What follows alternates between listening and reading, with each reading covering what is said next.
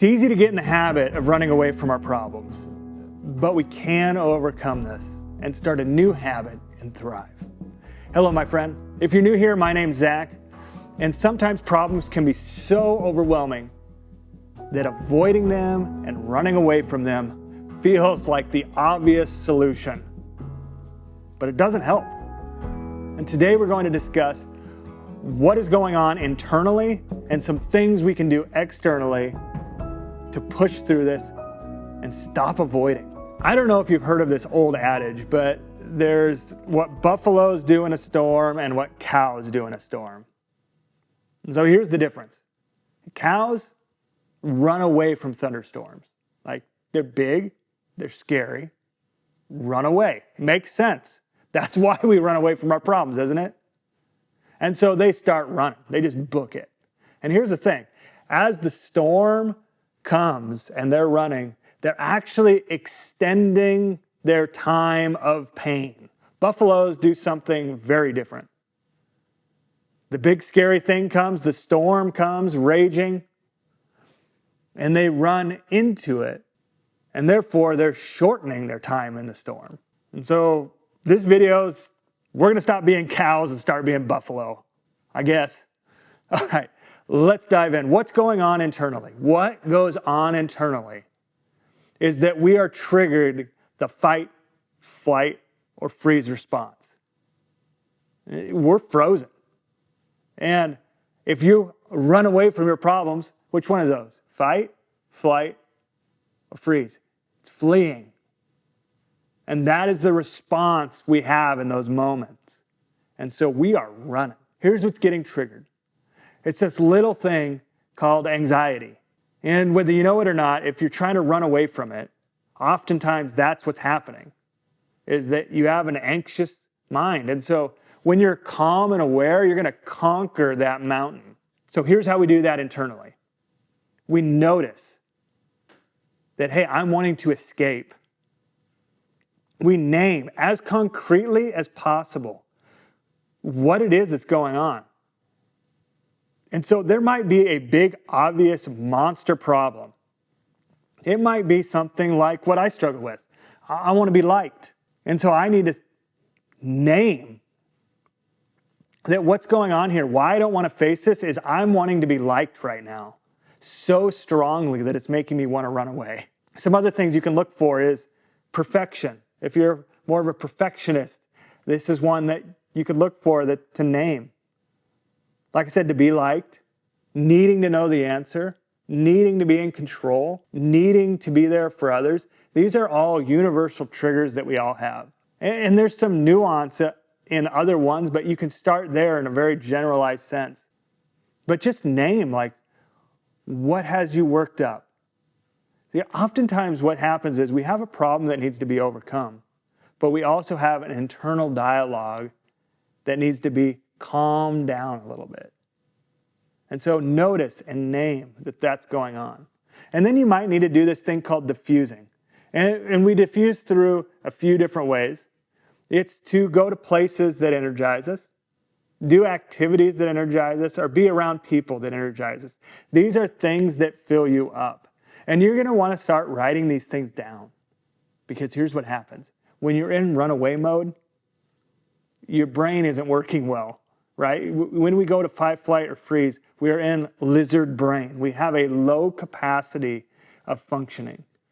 But if you have it written down what you need to do, places you need to go, people you need to be around, or activities that you need to do, you can have the capacity to look at a piece of paper and then go do that. Because you need all of this to be able to do what we're doing next. You need that calm so that you can fix the real problems that you might have in your life. See, that's where it can get confusing, is that, like I said, there's an external reality of something that needs to be solved and an internal reality of anxiousness. So notice, name, and diffuse. Now let's dive into the external. What are we going to do to form this new habit? Decide. I know that sounds so simple. It is simple. We just need to decide that we're going to do something about this. that we're not going to run away. We're actually going to face into the storm just like the buffalo. It might suck, but the quicker we go, the quicker it gets over. All right, number 2. This is where we need our brain. We need to break down whatever the thing is we're tempted to run from into smaller, bite-sized pieces. You know, when I was training for a marathon, I really struggled to train. And so I knew I had to break down the miles I was running at first into smaller chunks. Right? Well, I'm just going to run 5 miles today. I can do that. Well, I still wasn't consistent. And then it was, well, I'm just going to run. And I'm not going to say how long I'm going to run. Maybe that'll help my consistency in running. And that wasn't it either. You know what I had to break down this running to?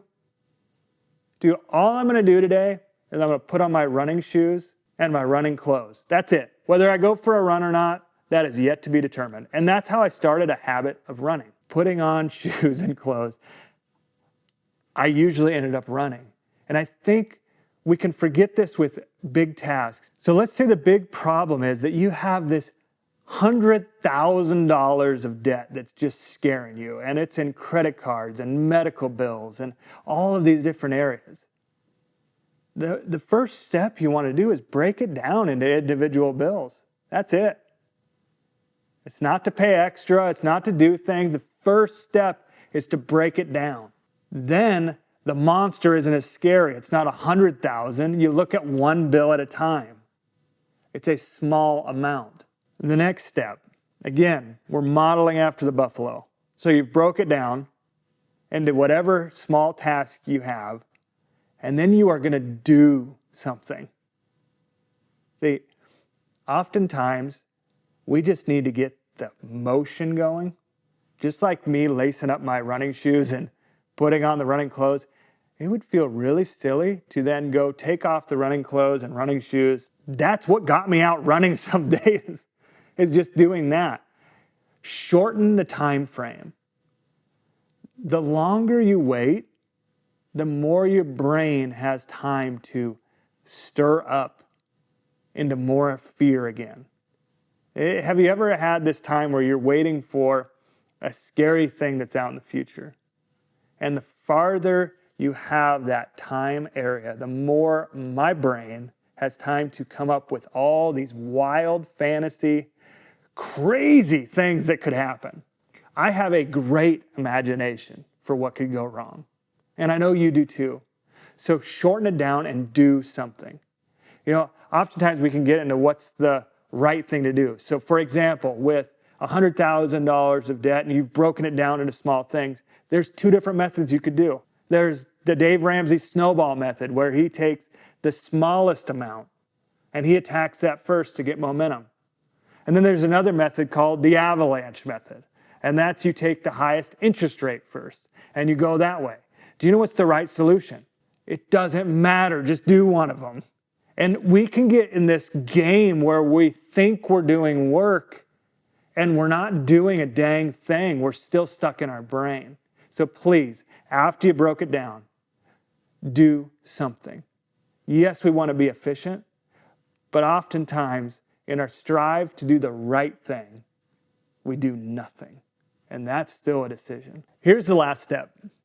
I want you to build identity that you tell your mind what to do, not the other way around.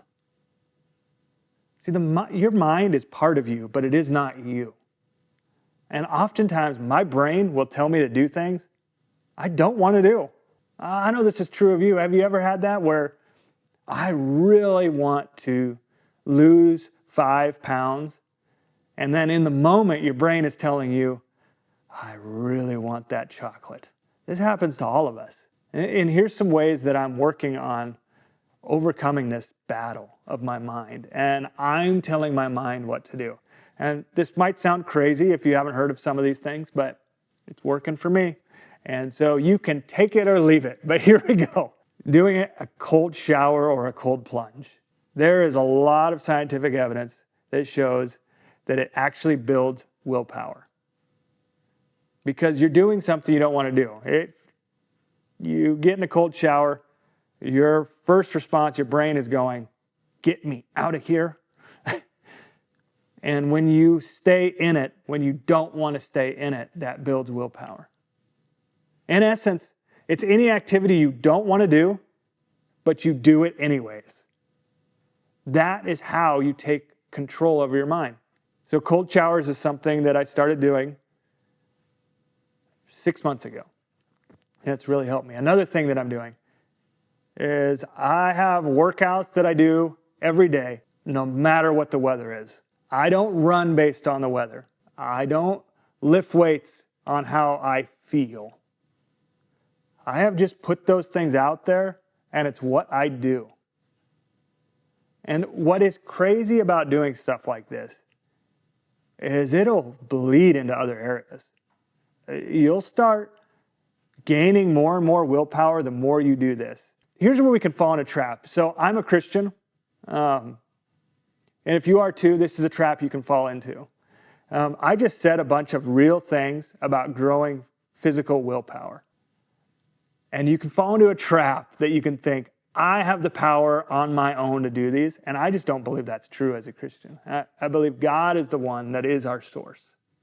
And so these things are things that will help, but if you're just trying to man up everything, it can kind of lead to disaster. So while you're increasing your capacity to have control, also remember, it is the Spirit of God in us that gives us true willpower. And so I'm not saying these things in spite of God. I'm actually saying God helps me in these things, and He'll help you too. I hope this helps you. Stop running away from your problems. It is just a habit, and you can form a new habit. And it's telling your mind what to do. And buffalo up, my friend. Have a great day, and God bless you.